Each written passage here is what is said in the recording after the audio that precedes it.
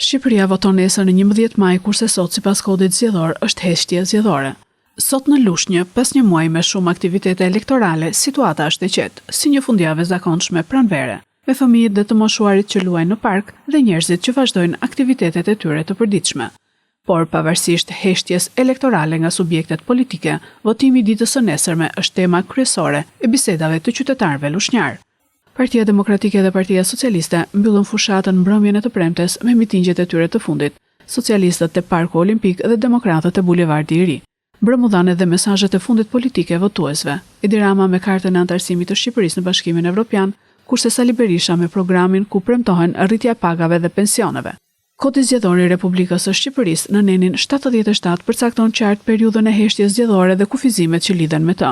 Sipas këtij neni, dita para datës së zgjedhjeve dhe dita e zgjedhjeve deri në orën e mbylljes së votimit formojnë periudhën e heshtjes zgjedhore.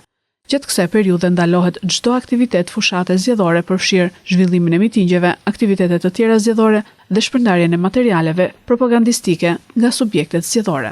Në zgjedhjet e 11 maj 2025, të drejtën e votës e kanë 3.713.761 shtetas shqiptar, nga të cilët 114.642 votojnë për herë të parë.